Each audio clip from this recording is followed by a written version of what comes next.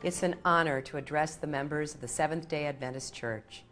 I am flattered and humbled to have this chance to speak to such a vibrant and active group of people. One of the things I admire most about Seventh-day Adventists, in addition to your faith, is your commitment to preach, teach, and heal. Your emphasis on educating and nurturing your fellow man and woman is a model for all people of faith to follow. And your network of schools and healthcare facilities put into action the tenets of those beliefs.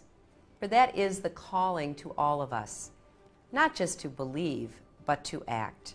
To be true to our beliefs and to fully express our faith, we need freedom.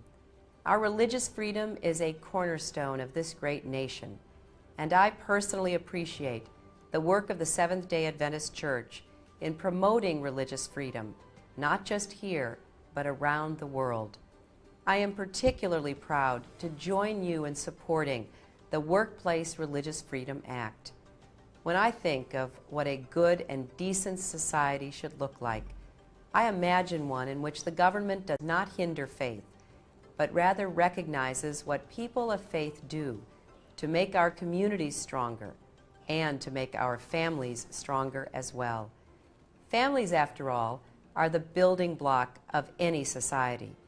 I know the Seventh-day Adventist Church has a strong commitment to family, a commitment that is represented in how you observe the Sabbath together. With faith and strong families and the freedom to allow faith to prosper, our people and our nation will be ready to embrace the future. Thank you again for inviting me to address you. May God bless you and your families. May God bless the Seventh-day Adventist Church. And may God bless our dear and beloved country